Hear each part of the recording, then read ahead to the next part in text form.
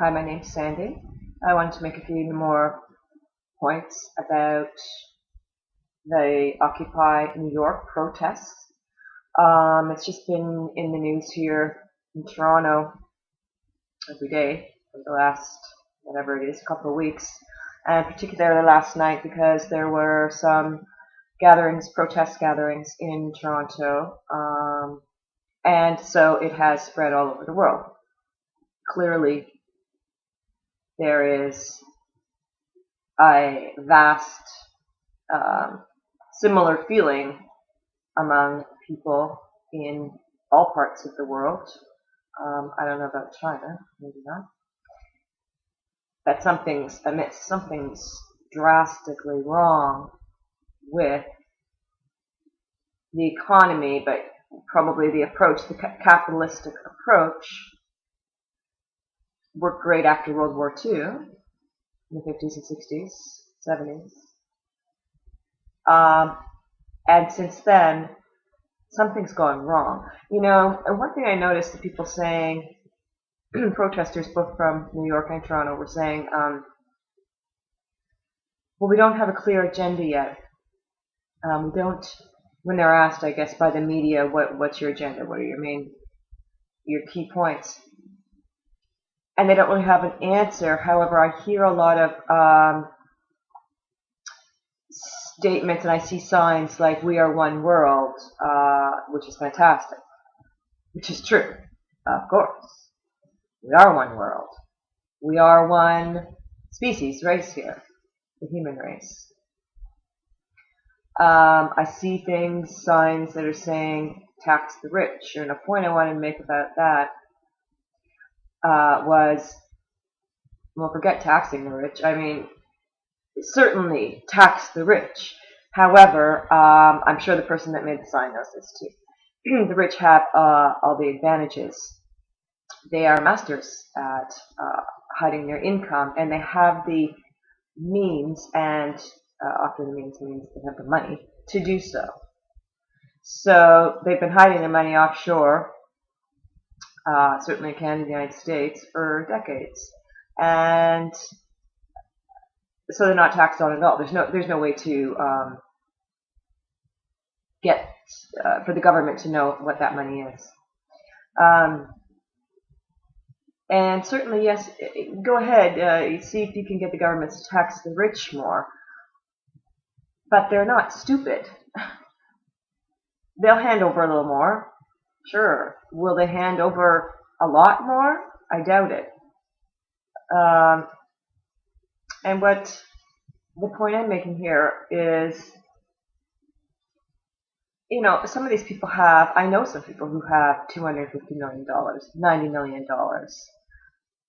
And they are not about to just give it up. This is a huge amount of money. Another thing that was in the news last night was the different stores. There were some stores in Toronto, so they were showing the polarity between the stores at Bay and Bloor, so very upscale, and the dollar store. I'm a dollar store addict. I have been for many years, which is a good thing. Helped me out a lot. I actually don't go and buy a bunch of excess junk. I buy stuff that I need to use. I know that there are people in some countries who make these goods who are paid slave labor wages and treated as slaves, so I don't feel good about that. That's not what this vlog is about, though. Oh, and the other point was, in these other stores, so they go from the dollar store interviews, and they go to the Bay and Bloor, upscale, downtown Toronto stores, and they were saying in the last while, no, sales are booming, sales are huge, and they showed a fur jacket for $33,000, a ring for, I can't remember what it was, I'm sorry, but it was some crazy amount, and then a diamond ring. They showed handbags, $1,000, a handbag purse is cheap. These purses mostly go for $3 to $5 to more per purse. They showed high heel shoes for, starting at say $800, and they sell for $2,000 to $5,000. And several of these stores, not just one store, were saying, no, it's booming.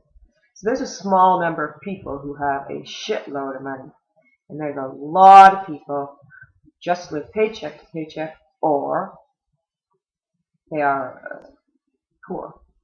They don't have any money. They may or may not have an apartment and a little food, no job perhaps. But several of us middle class people help fuel anyone who's got a job. I'm sorry, I shouldn't say that. Help fuel the system that keeps this all running and keeps these few people making more and more money. And when the stock market goes up and down drastically, you bet there's a group of people with a lot of money who can buy in and out of that and make a lot of money from that, from what we've been seeing in the last few months. So what I'm proposing is I joined a group of people online called Destiny, and I'm taking their Destiny I Process course. And in that we propose an equal money system. So these people who have $90 million, $250 million, $1 billion, don't just tax them. It's ridiculous. What do they need that money for? They have 5 houses. They go on trips all over the world. They travel first class. They're the ones going into those stores. The men are buying $10,000 suits. This is just an average thing to do. So they live in abundance, and then they save the rest. They invest it. They put it in different things. And they save it, and they keep it for their families, and they pass it on to the next generation. This is unnecessary. It's greed. It's greed, pure and simple. It's excess. And there are many people in the world today who don't have enough to eat. We have food.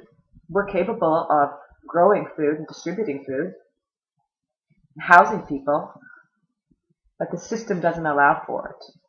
So therefore, getting together, protesting, sure, it's a step. It's great. Meet each other, talk. They said they're brainstorming. Please visit equalmoney.org, because equal money is a real, practical solution. Protesting won't actually change anything. Government would be extremely slow to change anything. The rich aren't going to give up their money. But we can change things simply because, as the signs say and the slogans say, we are the 99%. Yes, we can change things. Do things need to fall apart first? Probably. We have to be very careful when they fall apart not to all go to war, march to war, right? Because that will fix the economy as it did in World War I and World War II. There have been several wars since then. War won't fix anything. We will continue in these cycles of destruction. We have to stop. Each one. Each one is responsible. Before I came to Destiny, seeing these things on the news, how I used to feel, say, about going to the dollar store when I know some other people are going and just blowing 3,000 or 5,000 grand on a purse. So they have everything else, but just a purse that day. I would feel jealous, but I would feel helpless. And I would think, well, I don't want to be a jealous person, and, what's that horrible word they use to describe people that's bitter. I don't want to be a bitter, middle-aged divorced woman. I'm married since I was single for a long time, single mom. I don't want to be like that. She's just jealous. So you need to swallow it all. Just swallow it. Suppression. Suppress yourself. I'm a loser. They have that money because they worked really hard and this and that. Well, yeah, they had all their ducks in a row, and it all worked. They were born to a certain place, a certain family, in a certain country, that in education, or not.